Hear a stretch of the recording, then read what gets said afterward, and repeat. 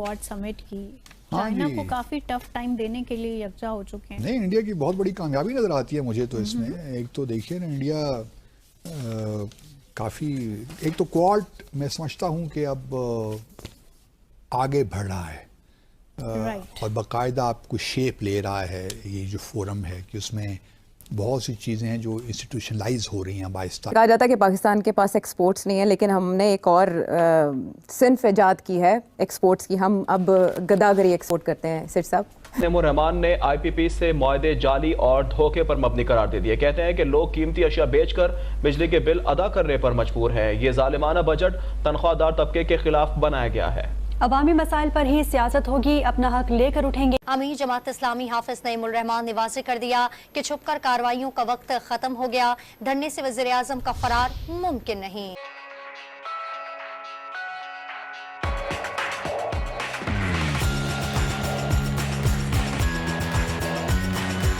आहिस्ता तो ये चाइना के लिए घंटे की मतलब खतरे की घंटी तो है। बिफोर डिस्कसिंग इट फर्दर, हमारे व्यूअर्स को आप ये बताइए क्वाड जो है ये है क्या?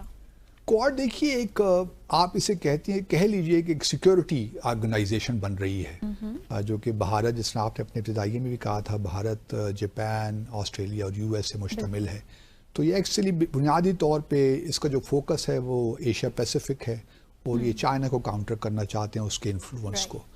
अब जो इस जॉइंट स्टेटमेंट भी बड़ी तवील जॉइंट स्टेटमेंट है, जो इस 29 जुलाई को फॉरेन मिनिस्टर्स की मीटिंग के बाद इशू हुई, लेकिन उसमें प्रॉब्लम ये है कि जो जापान के प्राइम मिनिस्टर हैं, उनका शायद UNGA में वो नहीं जा रहे, या जाएंगे, अभी तक कोई सही डिसाइड नहीं हुआ, क्योंकि वहाँ पे जो लिबरल डेमोक्रेटिक पार्टी है जापान की, उसके प्रेसिडेंशियल इलेक्शन हो रहे हैं इन्हीं दिनों में, तो वह वहाँ मसरूफ़ होंगे। अब देखना ये है कि आया अगर ये सितंबर में ना हो सकी तो फिर ये मेरा नहीं ख्याल के साल के, क्योंकि फिर नवंबर में तो अमेरिका के इंतखाबात आ जाएंगे, और उसके बाद फिर नए प्रेसिडेंट जो भी होंगे वो होंगे 20 जनवरी अगले साल। तो फिर अगले साल एक्चुअली इसकी जो प्रेसिडेंसी है क्वाड की, वो चली जाएगी अमेरिका के पास, और अगले साल फिर क्वाड के फॉरेन मिनिस्टर्स की मीटिंग भी है। तो अब देखना ये है कि कब होती है।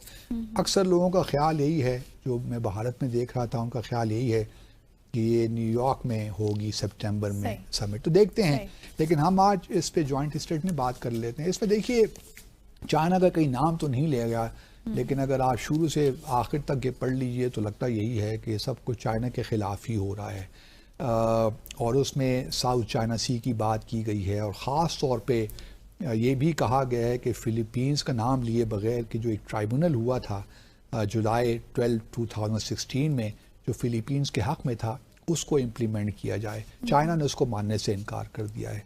तो United Nations convention on law of the sea, ये एक इम्पॉर्टेंट कन्वेंशन है, इसको अमेरिका बहरहाल मानता नहीं है, लेकिन इस स्टेटमेंट में वो बार बार इसका जिक्र कर रहे हैं, बार बार कि इसका जो है मानना चाहिए, जो इसकी प्रोविजंस हैं उस पर कंप्लाई करना चाहिए, so on and so fourth. अब भारत चाइना एक बहुत बड़ा मुल्क है, इन स्टेटमेंट्स तो फ़र्क नहीं पड़ता, लेकिन ये एक डुप्लिसिटस, जो हमारा डुप्लिसिटी है ना इंटरनेशनल रिलेशंस में, जो पावर पॉलिटिक्स है, ये उसका शाकार भी है ये जॉइंट स्टेटमेंट। यहाँ पे तमाम लोग बातें कर रहे हैं UN चार्टर की, इंटरनेशनल लॉ की, ह्यूमन राइट्स की, लेकिन आप इन तमाम कौन करता है? अमल कौन करता है? आई मीन खास तौर पे भारत और अमेरिका, ऑस्ट्रेलिया भी किसी हद तक, जापान थोड़ा सा केयरफुल है इन मामलात में, लेकिन अमेरिका और भारत तो बिल्कुल, मैं कहता हूँ कि ऐसी स्टेट्स हैं जिनको ये बातें ज़ेब भी नहीं देती इस किस्म की, लेकिन बहरहाल ये अब स्टेटमेंट तो है। अच्छा, इसमें जो भारत की जानिब अगर मैं आऊँ तो भारत को देखिए, एक तो उनको ये बड़ी कामयाबी हुई कि यहाँ पे अर्ली ऑपरेशनलाइजेशन, जो information fusion centre India ocean region in Gurgaon है, गुरुग्राम, ये दिल्ली के साथ ही ग्रेटर न्यू दिल्ली का हिस्सा है, तो उसमें ये उसको maritime domain awareness Indian ocean region में, वहाँ पे ये सेंटर कायम करना चाह रहे हैं। तो ये एक बड़ी इंटरेस्टिंग है। लेकिन असल जो चीज़ मैं बताना चाहता हूँ अपने नाजरीन को, वो है कि भारत ने देखिए बड़ी चालाकी के साथ इस स्टेटमेंट में, पहली दफ़ा नहीं है, इससे पहले भी भारत ने मुंबई और पठानकोट के जो मामलात हैं ना, वो इस स्टेटमेंट में ले आए हैं। یہ نہیں کہ پاکستان کو کوئی اس پہ جو ہے ہمیں اپولوجیٹک ہونا چاہیے، لیکن ہم ہو جاتے ہیں، ہمارا ایک رویے رہے ہیں بدقسمتی کے ساتھ. اس میں یہی ذکر کیا گیا ہے کہ جو بڑی ٹریڈیشنل سی لینگویج استعمال ہوتی ہے کہ جتنے بھی ٹیررسٹ ہیں انکلوڈنگ 26/11 ممبئی میں Pathankot attacks and call for bringing the perpetrators of these attacks justice without delay. مطلب پاکستان کو وہ انڈائریکٹلی کہہ رہے ہیں کہ جی آپ ٹرائی تو کیجئے نا ان لوگوں کو. اور بابا پٹھان کوٹ میں تو آپ لوگ ہم سے کوآپریٹ نہیں کر رہے، ممبئی پہ آپ لوگ ہم سے کوآپریٹ نہیں کر رہے، جو کرائم سینز ہیں وہ انڈیا میں ہیں اور ممبئی جو ایکیوز ہیں وہ پاکستان میں ہو رہا ہے. تو یہاں پہ اگر ہم نے قانونی کارروائی مکمل کرنی ہے تو ہمیں آپ ایک کوآپریشن کی ضرورت ہے نا.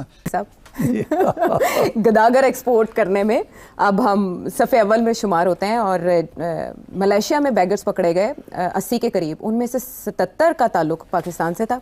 عراق میں 50,000 سے لے کر 1 لاکھ کے قریب زائرین جو ہیں وہ پچھلے کچھ سالوں میں گئے، ان کا ٹریک ہی نہیں مل رہا، وہ واپس ہی نہیں آئے جہاں پر ان کی ریزیڈنس تھی.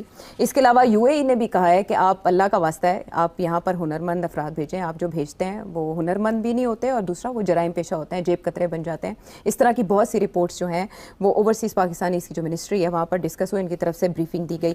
پاکستان کے لیے یہ بہت بڑی ہزیمت ہے، حتیٰ کس طرح سے ہے کہ ہمارا ساتھ بیٹھا ملک، ہمارا ہمسایہ، ہمارا پڑوسی، وہ اس طرح کی رپورٹس کا بڑے پیمانے پر مذاق اڑا رہا ہے. ایک تو کہتے ہیں نا کہ ہم پہلے ہی مرے ہوئے ہیں، مرے کو مارے شام مدار. ایک تو ہماری اکانومی کی حالت یہ ہے اور اس پر اس طرح سے مذاق بنا. یہ والے کام کیوں ہو رہے ہیں؟ پاکستان کی صرف اکانومی اس بات کی ذمہ دار ہے؟ عائشہ، جہاں بے روزگاری ہوگی، جہاں کرائم اتنی زیادہ ہوگی، تشدد اتنا ہوگا، وائلنس ہوگا، جس سوسائٹی میں کانفلکٹ ہوگی، مہنگائی ہوگی، لوگ چھوڑیں گے اس ملک کو اور کوشش کریں گے باہر نکل کے اپنی کچھ نہ کچھ کریں، یہاں سے بھاگیں.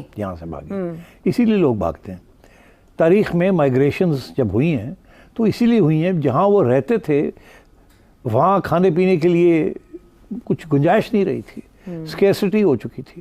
ساری تاریخ انسان کی یہ ہے کہ موومنٹ، مائیگریشنز، ہسٹری میں جو مائیگریشنز ہوئی ہیں اینشنٹ ٹائم سے لے کے اب تک. اسی لیے وہ کہتے ہیں کہ انڈو جرمینک ریسز، آرینز آئے، پھر مائیگریشنز ہوتی رہی ہیں، اور وہ اسی لیے ہوتی رہی ہیں کہ وہ سیٹل کرتے ہیں کہیں، پھر وہاں ٹائٹ ہو جاتی ہے ریسورس کے ساتھ جو تعلق ہے کہ پھر وہاں سے آگے موو کرتے ہیں. دس از وائی ایران کے اور میسوپوٹامیہ سے لے کے سینٹرل ایشیا سے لوگ لے کے مائیگریٹ کرتے کرتے قبائلے پاکستان آئے، پھر ادھر سے آگے گئے and so on. That is how migrations take place, and they take place in search of employment, in search of livelihood, in search of security. تینوں چیزیں ہوتی ہیں. تو اب وہی سچویشن یہ ہے کہ تینوں جو سچویشنز ہیں وہ پاکستان میں موجود ہیں. نہ سیکیورٹی ہے، نہ امپلائمنٹ ہے، نہ ملازمت اور امپلائمنٹ نہیں ہے، اور اوپر سے غربت اور مہنگائی اتنی زیادہ ہے. تو پھر لوگ رسکس لیتے ہیں. اب یہ جو جنہیں آپ کہتے ہیں بوٹ پیپل، یہ کون ہے بوٹ پیپل؟ یہ کون لوگ ہیں جو 50,000 آپ کہہ رہے ہیں عراق کے اندر ڈسپیئر کر گئے، زائرین کے روپ میں گئے؟ اور اب جاتے کس طریقے سے ہیں؟ 3 طریقے ہیں. ایک یہ ایلیگل بوٹس کے ذریعے کہ کراچی سے کشتی میں بیٹھے نکل گئے دبئی سے نکلے ادھر چلے گئے ٹرکی سے نکلے گئے ادھر سے آسٹریلیا کی طرف نکلے، تھائی لینڈ ملیشیا کی طرف نکلے، وہاں سے کراس کیا. تو یہ بوٹ پیپل ہیں. دیز آر پیپل ہو اتنی بڑی رسک لیتے ہیں کہ بوٹس کے اندر بیٹھ کے سمندر میں، اور مارے جاتے ہیں. پھر بھی جو لوگ آپ کا خیال ہے جو اٹلی میں پہنچے ہیں وہ کیسے پہنچے ہیں؟ وہ یورپ میں کہیں پہنچے، وہاں سے بوٹس لیں اور بوٹس لے کے illegally cross the border and come into Turkey and so on, into Italy and so on.